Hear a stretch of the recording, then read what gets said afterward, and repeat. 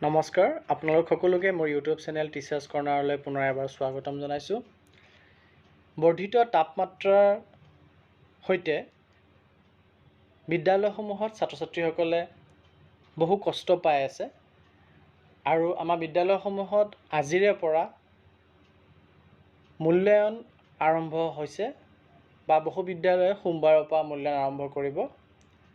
এই পৰিপ্ৰেক্ষিতত তাপমাত্ৰা বৃদ্ধিৰ প্ৰতি লক্ষ্য ৰাখি বিদ্যালয়সমূহৰ সময়সূচী পৰীক্ষাসমূহ বা মূল্যায়নসমূহ পুৱা 7 বজাৰ পৰা আৰম্ভ কৰি 12 বজাৰ ভিতৰত সামৰিব পৰাৰ ব্যৱস্থা কৰিবৰ কাৰণে অসমৰ মাননীয় মুখ্যমন্ত্ৰী ডক্টৰ হিমন্ত বিশ্ব শৰ্মালৈ শিক্ষকৰ সংগঠনসমূহৰ যি যৌথ মঞ্চ আছে তেওঁলোকৰ ফালৰ পৰা এক আবেদন দিয়া হৈছে আৰু আশা কৰা গৈ আছে সেই আবেদন যদি গ্ৰহণ হয় তেন্তে আজি বা কাইলৈৰ ভিতৰত তেনেধৰণৰ নিৰ্দেশনা প্ৰকাশ পাব পাৰে।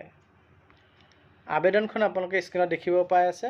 সদৌ অসম সন্মিলিত শিক্ষক মঞ্চৰ ফালৰ পৰা দিয়া হৈছে আৰু প্ৰতি মাননীয় মুখ্যমন্ত্ৰী অসমলৈ দিয়া হৈছে আৰু তাৰ বিষয়বস্তু হিচাপে উল্লেখ কৰিছে বিদ্যালয়সমূহৰ সময়সূচী সলনি কৰাৰ বাবে অনুৰোধ জনাই আবেদন।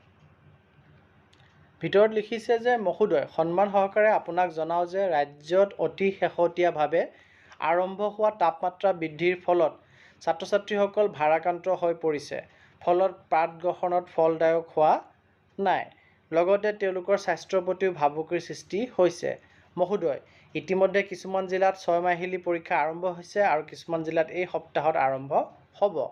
সেয়েহে মহোদয়ে ছাত্ৰ ছাত্ৰীক দুপৰীয়াৰ অত্যাধিক গৰমৰ পৰা কিছু পৰিমাণে সকাহ দিয়াৰ বাবে বিদ্যালয়ৰ পাঠদানৰ সময়সূচী আৰু পৰীক্ষাৰ সময় ৰাতিপুৱা 7 বজাত আৰম্ভ কৰি 12 বজাৰ ভিতৰত শেষ কৰাৰ বাবে অনুৰোধ জনালোঁ, যাতে ছাত্ৰ ছাত্ৰীৰ স্বাস্থ্য সুৰক্ষিত হয়।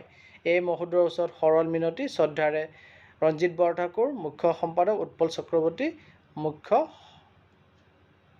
সম্পাদক আৰু ৰঞ্জিত বৰঠাকুৰ আছিলে মুখ্য সভাপতি, উৎপল চক্ৰৱৰ্তী মুখ্য সম্পাদক, সদৌ অসম সন্মিলিত শিক্ষক মঞ্চ, 19 ছেপ্টেম্বৰ 2024 তাৰিখে এই পত্ৰটি মাননীয় মুখ্যমন্ত্ৰীলৈ দিয়া হৈছে আৰু এই সংগঠনটি হৈছে সকলো শিক্ষক সংগঠনৰ এটা সন্মিলিত মঞ্চ হয়। ইয়াত আমাৰ বড়ো প্ৰাথমিক শিক্ষক সন্থাও আছে, প্ৰাথমিক তৃতীয় শিক্ষক সমাজো আছে, সদৌ অসম ষ্টেট পুল শিক্ষক সন্থাও আছে, সদৌ অসম মধ্য ইংৰাজী শিক্ষক সন্থা, সদৌ অসম মজলীয়া স্কুল শিক্ষক সন্থা, তেনেধৰণৰ হাইস্কুল শিক্ষক সন্থা আৰু আমাৰ যি অসম ৰাজ্যিক প্ৰাথমিক শিক্ষক সন্মিলনী সকলো সংগঠন মিলি পেলাই এই সংগঠনটি হয় আৰু তেওঁলোকৰ ফালৰ পৰা মুখ্যমন্ত্ৰীলৈ এই আবেদন জনাই 19 ছেপ্টেম্বৰ 2024 তাৰিখে এই পত্ৰটি প্ৰেৰণ কৰা হৈছে আৰু পত্ৰটি মুখ্যমন্ত্ৰী মহোদয়ে যদি গ্ৰহণ কৰে তেন্তে আজি বা কাইলৈৰ ভিতৰত তেনেধৰণৰ নিৰ্দেশনা প্ৰকাশ কৰাৰ পূৰ্ণ সম্ভাৱনা আছে।